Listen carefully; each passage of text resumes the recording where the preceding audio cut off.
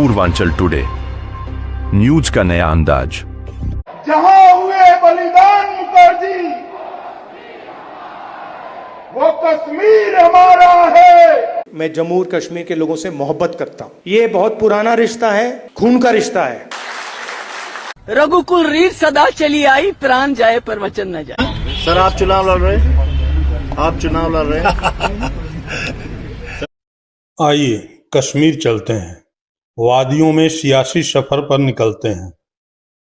इस खास सफर में नेता प्रतिपक्ष राहुल गांधी मिलेंगे। सवालों की पोटली लिए देश के गृह मंत्री अमित शाह दिखेंगे। शाह के सवालों की पोटली को खोलती स्मृति ईरानी नजर आएंगी।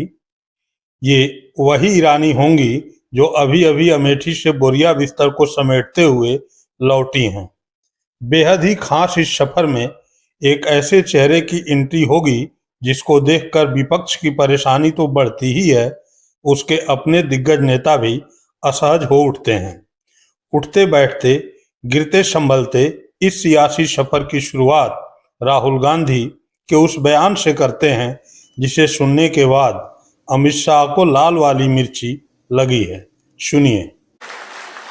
हिंदुस्तान की हिस्ट्री में आजादी के बाद बहुत सारी बार यूनियन टेरिटरीज को स्टेट में बदला गया है, मगर एक ही उदाहरण है जब स्टेटहुड छीनकर यूनियन टेरिटरी बनाई गई है।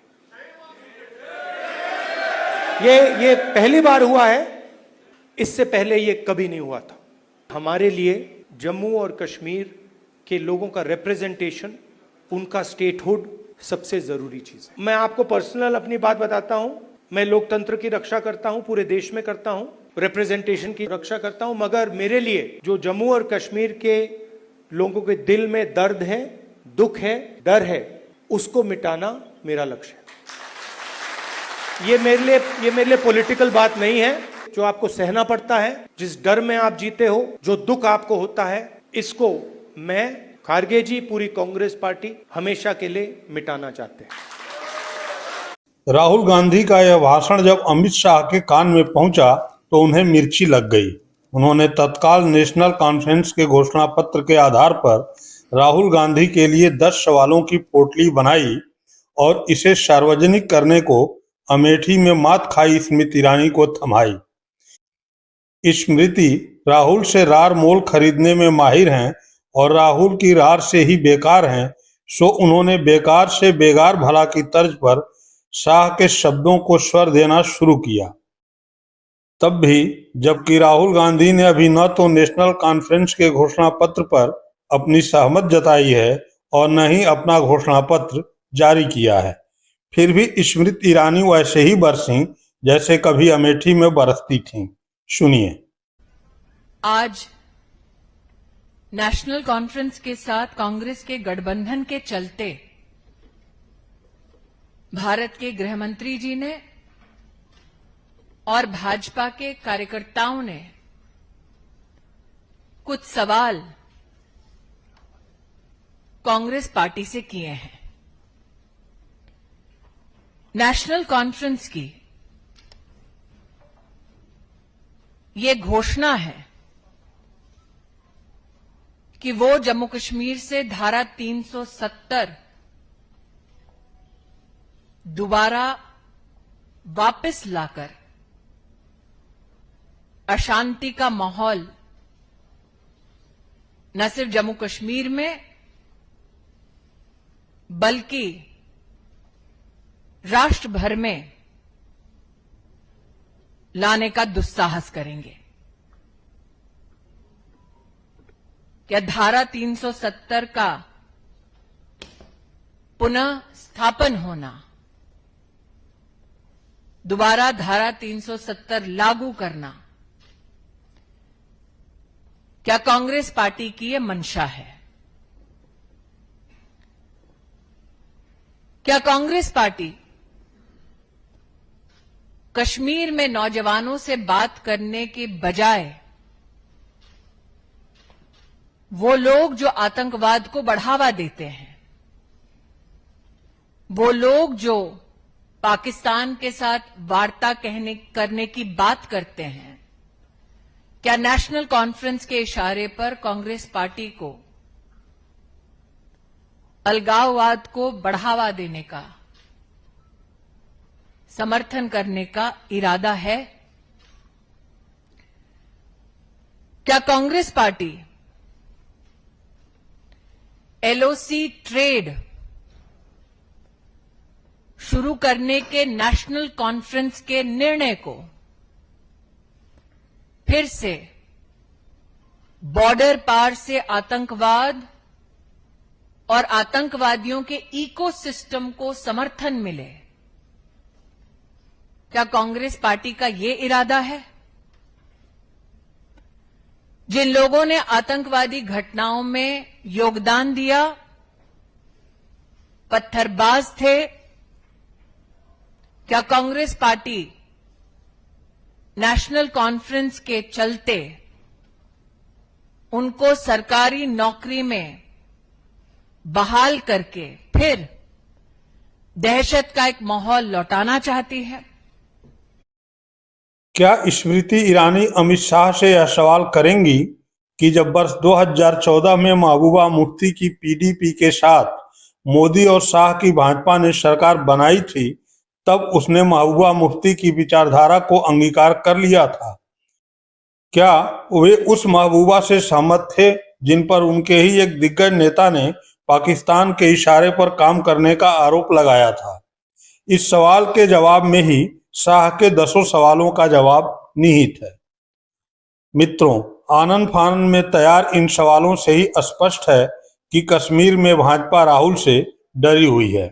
ऐसे में राहुल को विचलित करने के लिए सत्ता में रहते हुए भाजपा मात्र सवाल और स्मृति को ही लेकर नहीं आई है, बल्कि मजबूरी में ही सही उस चेहरे को भी उतार चुकी है जिसे मोदी, शाह व नड्डा सहज रूप से स्वीकार नहीं करते। भाजपा को इस एकमात्र चेहरे से ही उम्मीद है कि चुनाव हारें या फिर जीतें, काठ की वह हांडी कश्मीर में एक बार और चढ़ेगी जो 2014 में चढ़ी थी। अब आपके मन में यह सवाल उठ रहा होगा कि 2014 में ऐसा क्या हुआ था और कौन था वह चेहरा? तो आइए जानते हैं।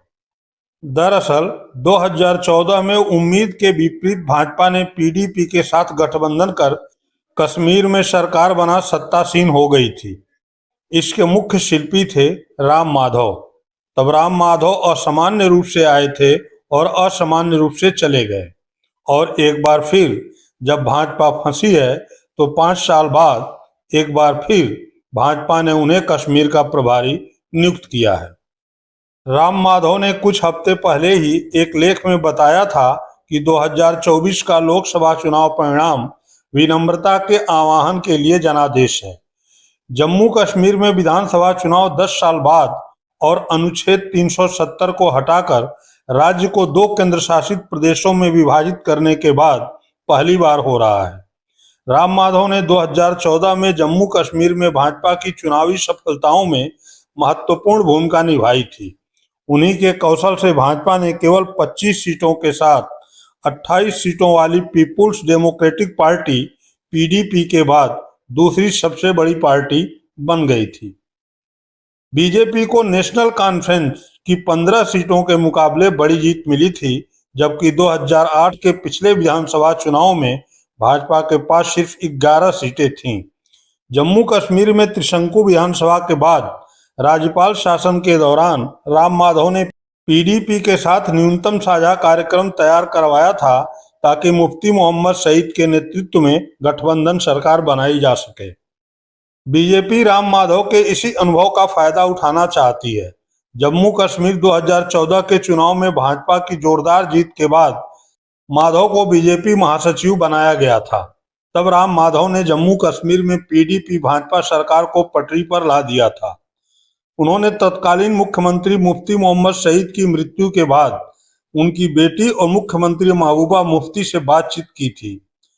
तब जम्मू कश्मीर में शानदार प्रदर्शन के बाद राम माधव भाजपा के सबसे प्रमुख और शीर्ष नेताओं में से एक बनकर उभरे थे। लेकिन 2019 तक राम माधव मोदी सरकार के करीबी लोगों के समूह से बाहर हो गए। ऐसी खबरें थीं कि न तो उन्हें अनुच्छेद 370 को हटाने के फैसले की जानकारी दी गई थी और न ही वह बैठक का हिस्सा थे।